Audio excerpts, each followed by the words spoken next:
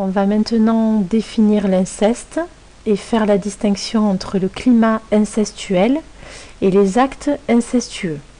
Les actes incestueux, ce sont les abus sexuels incestueux qui ont réellement eu lieu. Donc on parle de passage à l'acte avéré. Le climat incestuel regroupe des comportements érotisés et malsains des parents, des adultes à l'égard de leurs enfants. Le climat incestuel se repère facilement, entre guillemets, par les conduites éducatives déviantes des parents.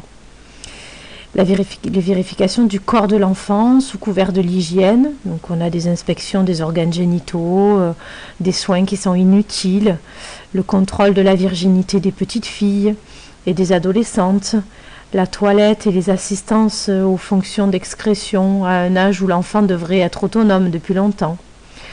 On a des attaques constantes de l'intimité par le regard, par le toucher. On a la dévalorisation du corps et par des insultes. Les garçons peuvent être traités d'homosexuels, les filles de prostituées. On peut avoir de l'exhibitionnisme des parents imposant la vue de leurs organes génitaux et de leurs rapports sexuels.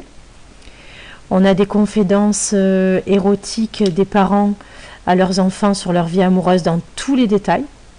Alors ça peut être, en général, c'est les mères auprès de leurs filles. Lorsque ces conduites sont repérées, le diagnostic est plutôt facile, car les parents s'estiment dans leurs droits, ne développent pas de sens critique et ne culpabilisent pas. Ils signent alors la nature perverse de leurs agissements. Le climat incestuel se repère par ces conduites éducatives déviantes. C'est transmis de génération en génération et donc ça devient a fortiori une normalité. On appelle ça une pathologie de la transmission générationnelle.